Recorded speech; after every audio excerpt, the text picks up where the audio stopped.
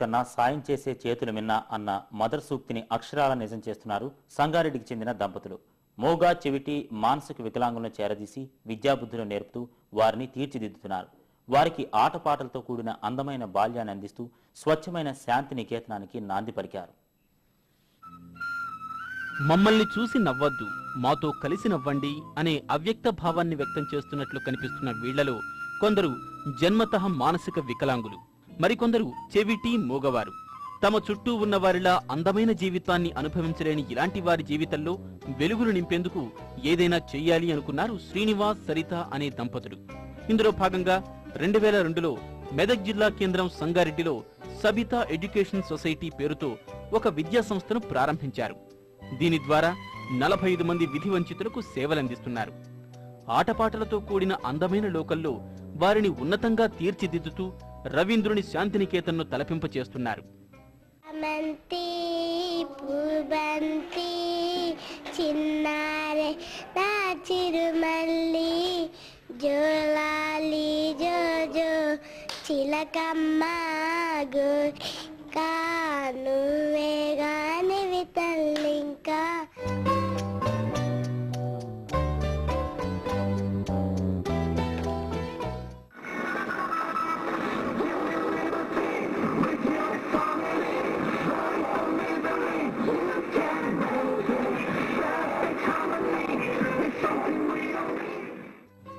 మానసిక వికలాంగులకు ఆటపాటలతో పాటు కొవ్వొత్తులు తయారు చేయటం వంటి పనుల్లో వారికి శిక్షణ ఇస్తున్నారు.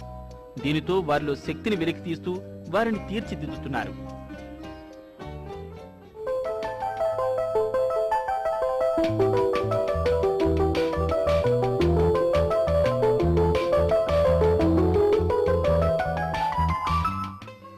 సమాజంలో స్వతంత్రంగా బతికే నేర్పును వారికి కల్పించడమే మా సొసైటీ ఉద్దేశం అంటున్నారు శ్రీనివాస్ దంపతులు.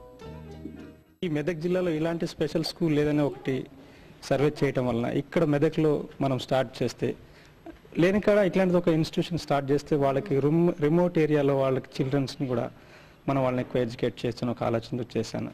ఈ పిల్లలందరినీ కూడా నార్మల్ చిల్డ్రన్లో మింగిల్ చేయగలగాలి.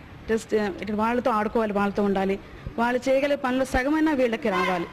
అది మా గోల్ అండి. ఇది 100% కాలేరేమో, అట్లీస్ట్ 70-80% వరకు అని తీసుకెళ్తాము. నిన్ను మించి నీవు ఒక్కరినైనా ప్రేమించావా అని ప్రశ్నిస్తాడు చలం.